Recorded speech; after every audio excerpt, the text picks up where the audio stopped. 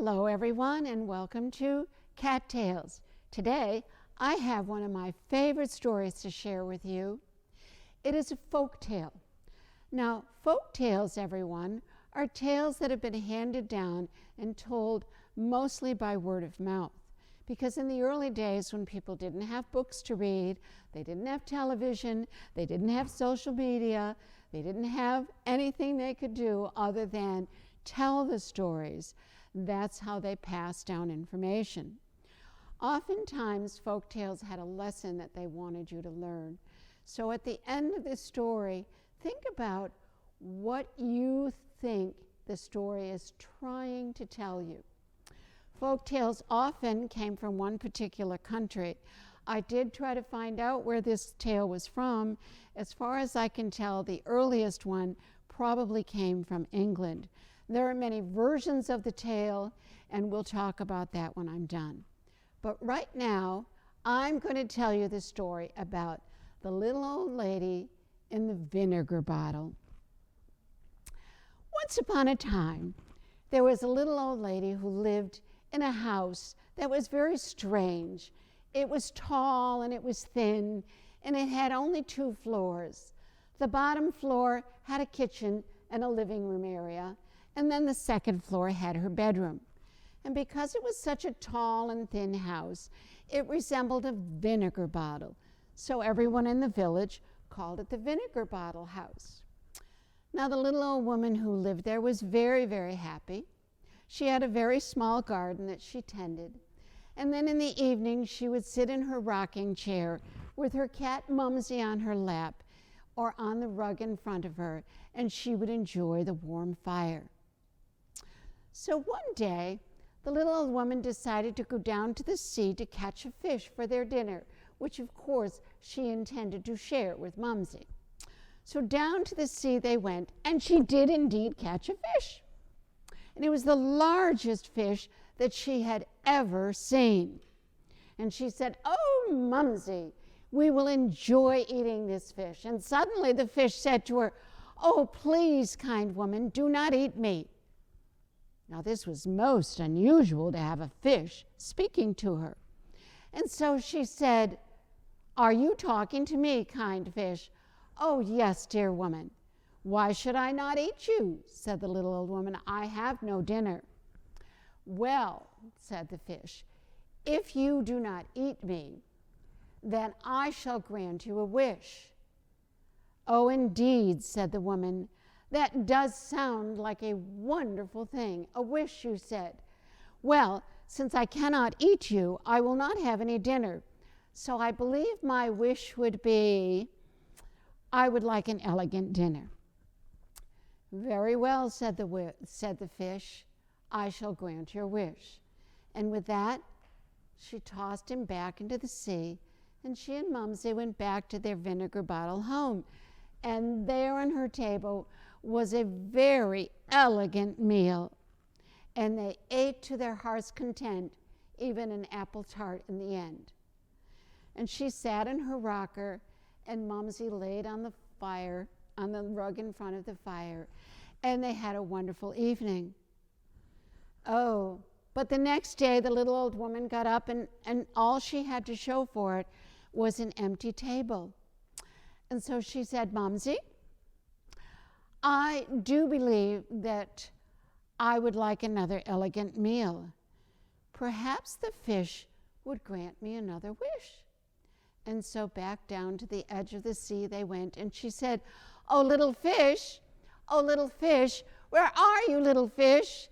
And the fish came up out of the water and said, "Yes, little fish, I was wondering if you, could you grant me another wish, please?" "Was that meal not elegant?" said the little fish. "Oh, indeed it was. Indeed it was, and I thank you very kindly. You are indeed a kind fish. But I was wondering if we couldn't have an elegant meal every night, for Mumsy and I have no other food." Said the fish. "Well, since you asked so politely, yes, it is so." And so back she went to her little vinegar bottle home, and that night And every night afterwards, she and Mumsy had an elegant meal. Now that went on for several days, and she was quite happy, and she would sit there at night in her rocking chair and Mumsy by the fire. And finally she said, "You know, Mumsy, it was indeed an elegant meal, but this is not a very elegant house. I wonder if the fish would grant me another wish." And so back to the sea she went the next day. "Oh, little fish, little fish." And the fish came back up out of the water and said, "Yes, little fish, I've been thinking." "Indeed," said the little fish. "Did you not enjoy your elegant meals?" Oh, yes, I did," said the little old woman, "and I thank you very much for that. It was indeed elegant, but you see, I do not live in an elegant home, and such a meal deserves an elegant house." "Indeed," said the fish. "That is what you wish?" "Oh, yes," said the woman, it is what I wish." And so back she went, and in the place of her little vinegar bottle was now a very elegant mansion. And when the little old woman opened the doors, instead of her living room and her kitchen, there was a sumptuous dining room with crystal chandeliers and crystal glass in the windows and embroidered drapes hanging down. "Oh," said the woman, "now this is elegant." But in place of her lovely fireplace was now a marble fireplace of great size. And upstairs, instead of her cozy little bed, was now a gigantic bedroom with closets full of elegant clothes. And the little woman was quite content for a few days.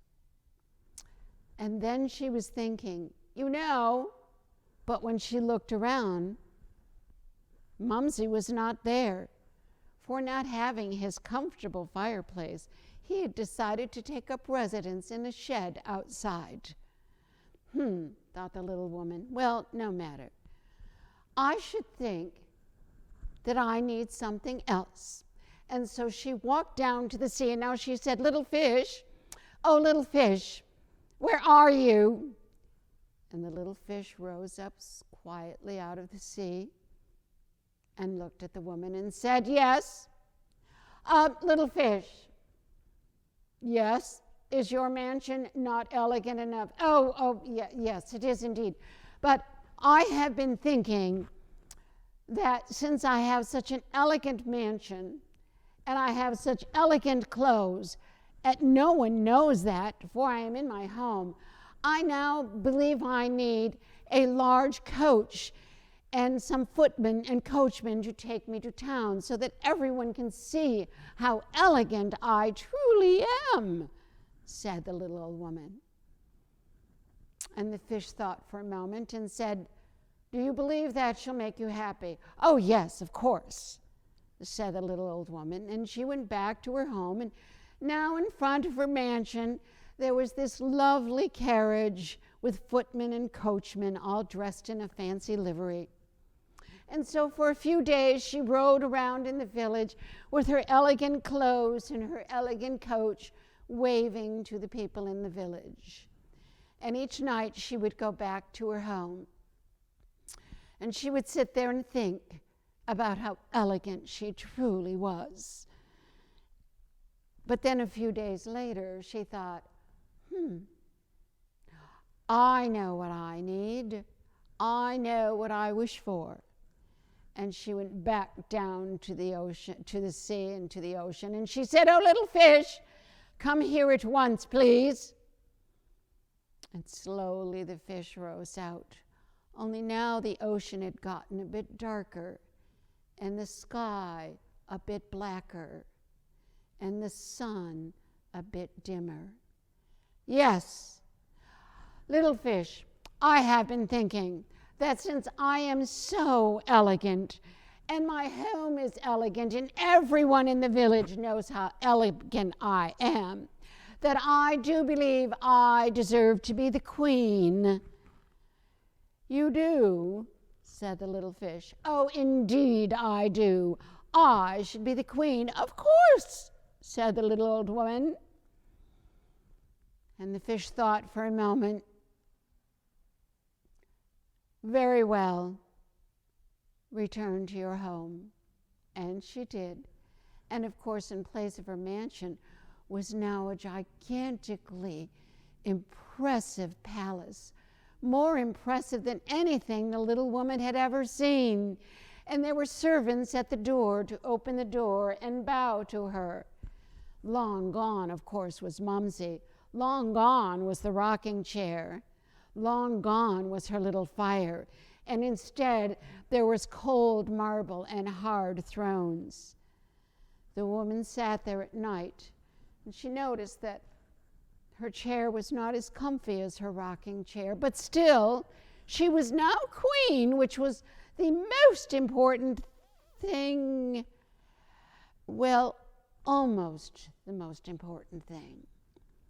And as she sat there, noticing how hard and uncomfortable her chair was, she thought, I know what I should be. And the next day she stormed back down to the seaside and she yelled, Little fish, you must come here at once, said the woman.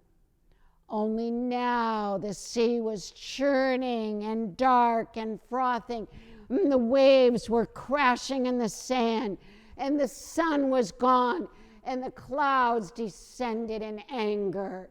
And the fish rose up out of the waves, and he looked down at her, larger than he had ever been before. And he said, What do you want? And the woman stared back, and she said, I need to be empress of the world. I see, said the fish. Old woman, when you came to me, you said thank you, and you said please, and you were grateful. But now you are angry and demanding and unhappy. What is it you truly wish? And the woman stopped, and she remembered how cold the marble floors were. And she remembered how uncomfortable the throne was. And she missed Mumsy. And she missed her fire. And she missed her chair. And she stopped. And the fish said, Go back to your home. And the old woman walked back, and it was all gone. And in the place of her large marble palace was now her little vinegar bottle home. And she opened the door, and there was her warm kitchen with a tea kettle on the stove and the fire in the hearth and her rocking chair. And she sat down, and as she did, Mumsy walked back in, licked his paws, and curled up on the rug in front of the hearth. And the little woman sat down, and she said, Thank you, little fish. Good night. Now, in that folk tale, think about what they are trying to tell you. Look up other folk tales, see if you can find other ones, and see if you can find other versions of this story. In some versions, it's a fairy that comes to the door. In other versions, it's a peddler. So there are many other ways to tell the story. Look it up and see what you can find. Wishes are also common elements in folk tales and fairy tales. So while you're sitting there at home, you might want to write your own story about wishes that come true. And remember, there's that old saying, be careful what you wish for. Goodbye.